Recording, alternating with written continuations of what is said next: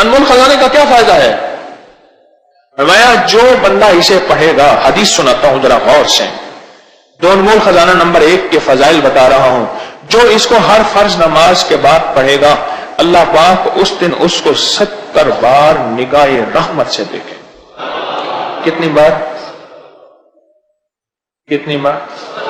کہ ہے کسی کی جیب میں انمول خزانہ؟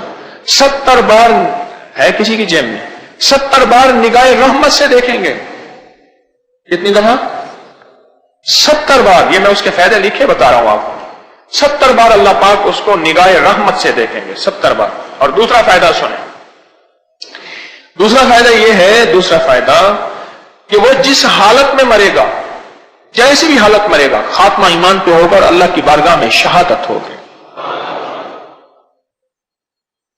اور تیسرا فائدہ اس کا لکھا ہوا ہے، اور میں کہ اللہ پاک جل شانہ اس بندے کے لیے جس بندے کو یہ وظیفہ کرے گا، دو انمول خزانہ، اس دن اللہ پاک اس کی حاجتیں پوری کریں گے. کتنی حاجتیں؟ ہائے ہائے. اس کی حاجتیں اللہ پوری کریں گے. اور اس کی ادنا سی فرمائی یہ ہے، ادنا سے اس کا فائدہ یہ ہے.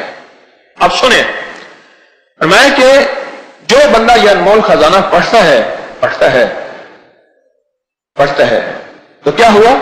قسم ہے میری ذات عزت و جلال اور ارتفاع مکان کی، اللہ نے اپنی عزت کی قسم کھائی ہے، اپنی عظمت کی قسم کھائی ہے، اپنے جلال کی قسم کھائی ہے.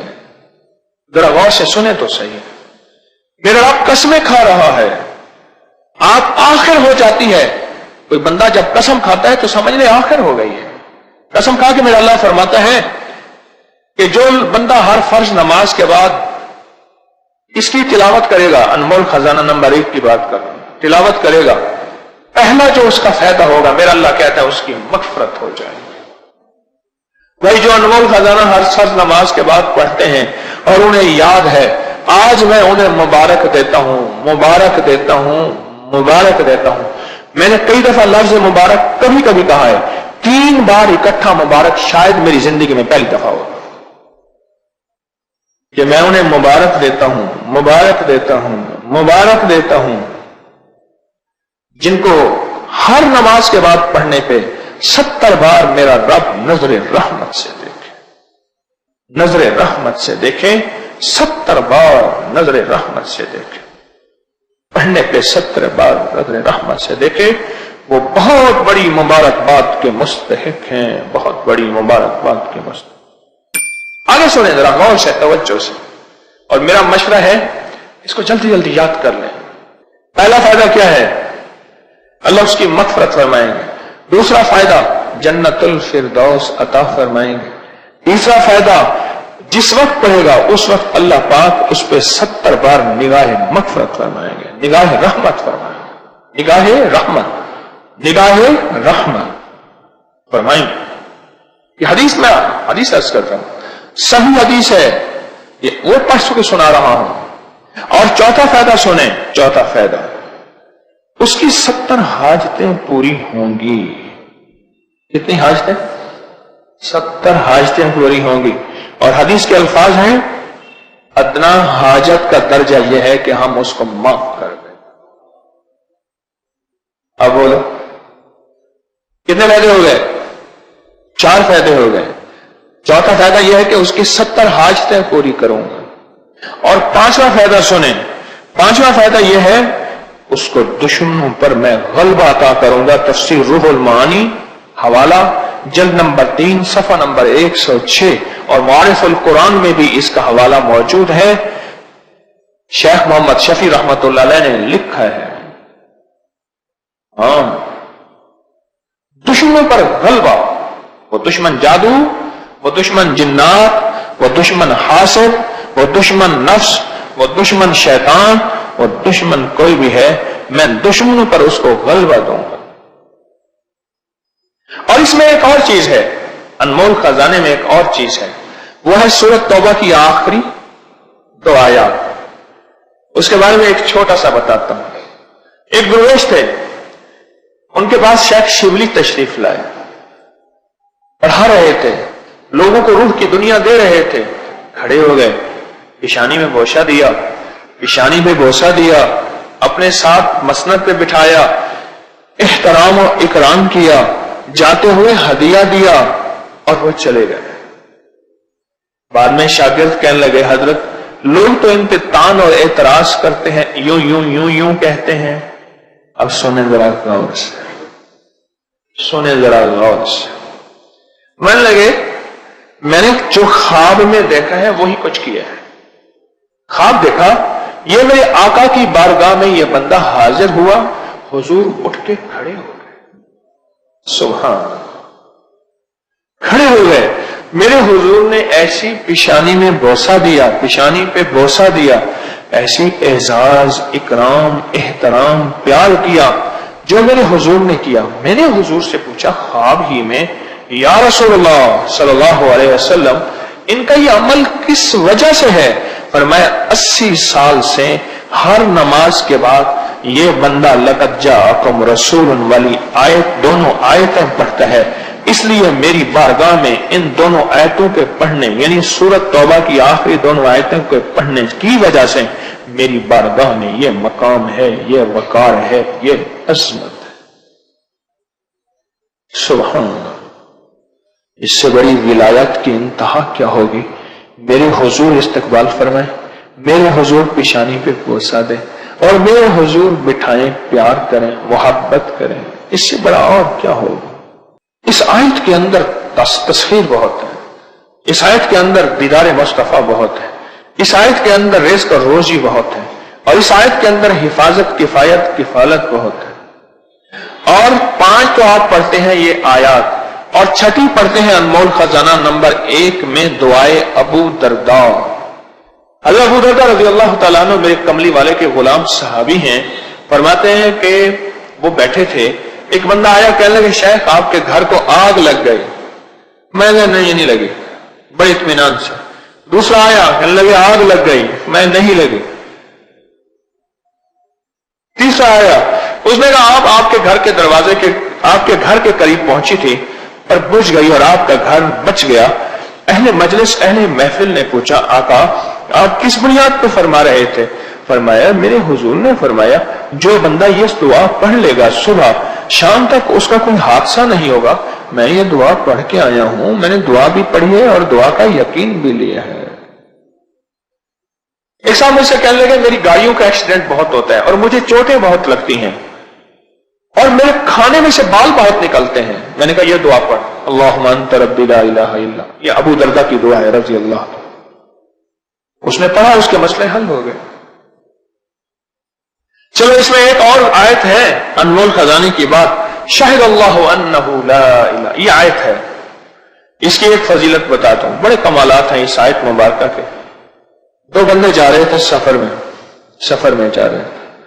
رات کو جنگل پڑ گیا تو کسی محفوظ جگہ پہ جنگل میں اپنا قیام کا ارادہ کیا کہ رات یہیں سو جائیں کسی محفوظ جگہ. آدھی رات میں آنکھ کھلی اور کانوں نے سنا 2 بندے آپس میں باتیں کر رہے ہیں پر نظر نہیں آ رہے ہیں. ایک کہنے لگا اس کو چھیڑے, اس کو تنگ کریں, پریشان کریں. دوسرا کہنے لگا پردیسی مسافر ہے, پردیسی مسافر, اس کو کیوں چھیڑیں گے؟ جو بندہ سو رہا تھا اور وہ سن رہا ہے, اس کو کیوں چھیڑیں گے؟ اور دوسرا کوئی شیطان مزاج کا تھا, اس کے مزاج میں شیطانیت تھی. یوسوس فی من الجنۃ والناس, کوئی ایسا تھا خرناس تھا. اس نے پھر کہا, اب یہ سن رہا اور وہ سزا دینے پہ تلا ہوا ہے, سزا دینے پہ تلا ہوا. آخر کہتے ہیں میں نے سوتے سوتے مجھے کسی نے بتایا تھا, درویش نے, جو بندہ یہ آیت پڑھ لے گا کسی کا وار نہیں چلے گا. کیا نہیں چلے گا؟ وہ کلہاڑی کا, چھری کا, بندوق تلوار کا, ریوالور پستول کا, تھپڑ گھونسے کا, جادو جنات حسد کا وار نہیں چلے گا. تو میں نے دل ہی دل میں یہ آیت پڑھی. جب پڑھی نا تو وہ جن جو شریف تھا اس نے بدماش جن سے کہا تجھے میں نے کہا تھا کہ اس کو نہ چھیڑ, نہ چھیڑ. اب تیری اور میری ذمہ داری لگ گئی ہے کہ صبح تک وہیں کھڑے ہو کے اس کی حفاظت کریں. چل بتا, میں نے تجھے کہا تھا اس کو نہ چھیڑ, جا اپنا کام کر. تو خامخواہ کے لیے آ کے